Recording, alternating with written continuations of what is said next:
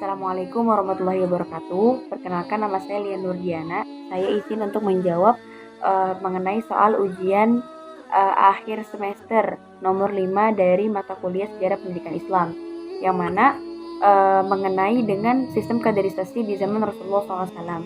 Nah, pemimpin kita Nabi Muhammad SAW adalah seorang pemimpin yang sangat luar biasa dan harus banget nih kita contoh mengenai sistem kaderisasinya, yang mana melalui tangan dinginnya ya pada tempo 23 tahun sejak Rasulullah banyak sekali hal-hal yang luar biasa yang beliau lakukan. Nah, yang mana kader-kadernya pun banyak mencatat tinta emas dalam kehidupan manusia. Nah, kita ambil contoh aja, salah satunya adalah Sayyidina Umar bin Khattab. Ketika Sayyidina Umar bin Khattab masuk Islam, Masya Allah, kekuatan Islam semakin kuat. Hal itu dilihat dari juga luasnya, ya, betapa luasnya wilayah kekuasaan Islam pada saat itu. Seperti meliputi kekaisarannya Bizantium, kemudian Persia, terus kekuasaan Iran, Palestina, Turki, yang mana kekuasaan Islam tersebut semakin luas. Nah, teman-teman, dari seluruh kekuasaan tersebut tidak luput dari kekuasaan umat Islam.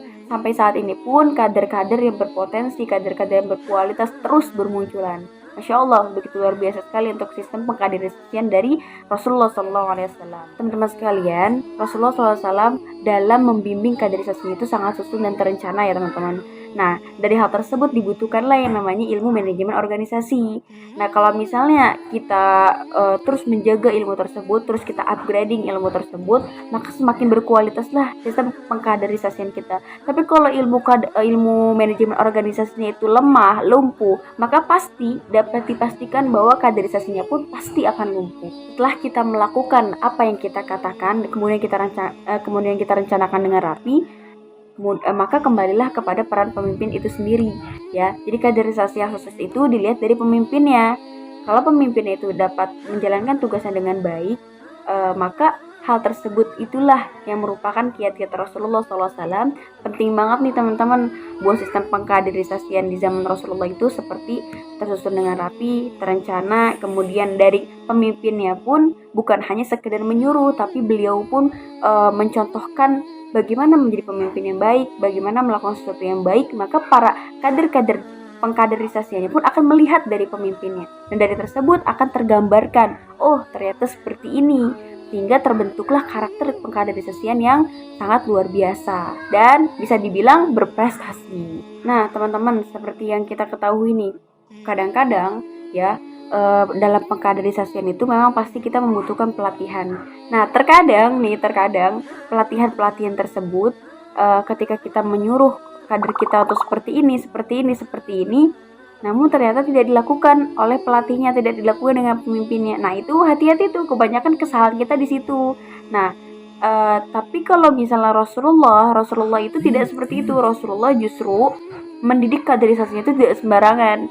Beliau pasti melakukan apa yang dia katakan, sehingga para kadernya pun melihat, oh ternyata Rasulullah seperti ini, sehingga kadernya pun taat terhadap apa yang dikatakan oleh Rasulullah. Bahkan Allah Subhanahu wa Ta'ala pun menjelaskan kunci keberhasilan pengkaderisasian itu dalam Quran surat As-Saff ayat 2-3. Wahai orang-orang yang beriman, mengapa kamu mengatakan sesuatu yang tidak kamu kerjakan? Amat sangat besar kebencian di sisi Allah bahwa kamu mengatakan apa-apa yang tidak kamu kerjakan.